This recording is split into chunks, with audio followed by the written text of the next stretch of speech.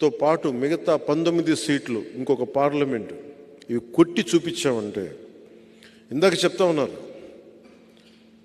సినిమాలో భగత్ సింగ్ దాని పేరు ఉస్తాద్ భగత్ సింగ్, అందులో ఒక క్యారెక్టర్ గ్లాస్ పడేస్తాడు. ఈరోజు వచ్చింది కదా, గాజు గ్లాసు పడి ముక్కలు అయిపోద్ది.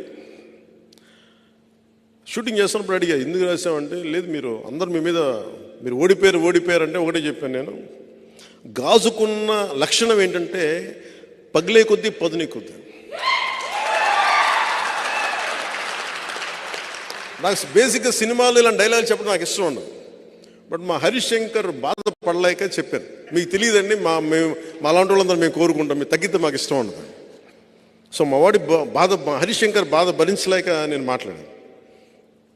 ఎందుకు చెప్తున్నానంటే, అనుభవం కాందే నేను ఎందుకు నలిగి ఈ రోజున ఎందుకు ఇంత బలంగా అడుగుతున్నాను ఓట్లు అంటే, ఒక దశాబ్దం అధికారం లేకుండా ఓడిపోయి పార్టీ నడిపిన వాడిని చిన్నపాటి విజయం, ఒక 21 సీట్లు 2 ఎంపీలు కనుక మనం కొట్టి చూపించామంటే భారతదేశం ఆంధ్ర వైపు చూసేలా చేస్తాను.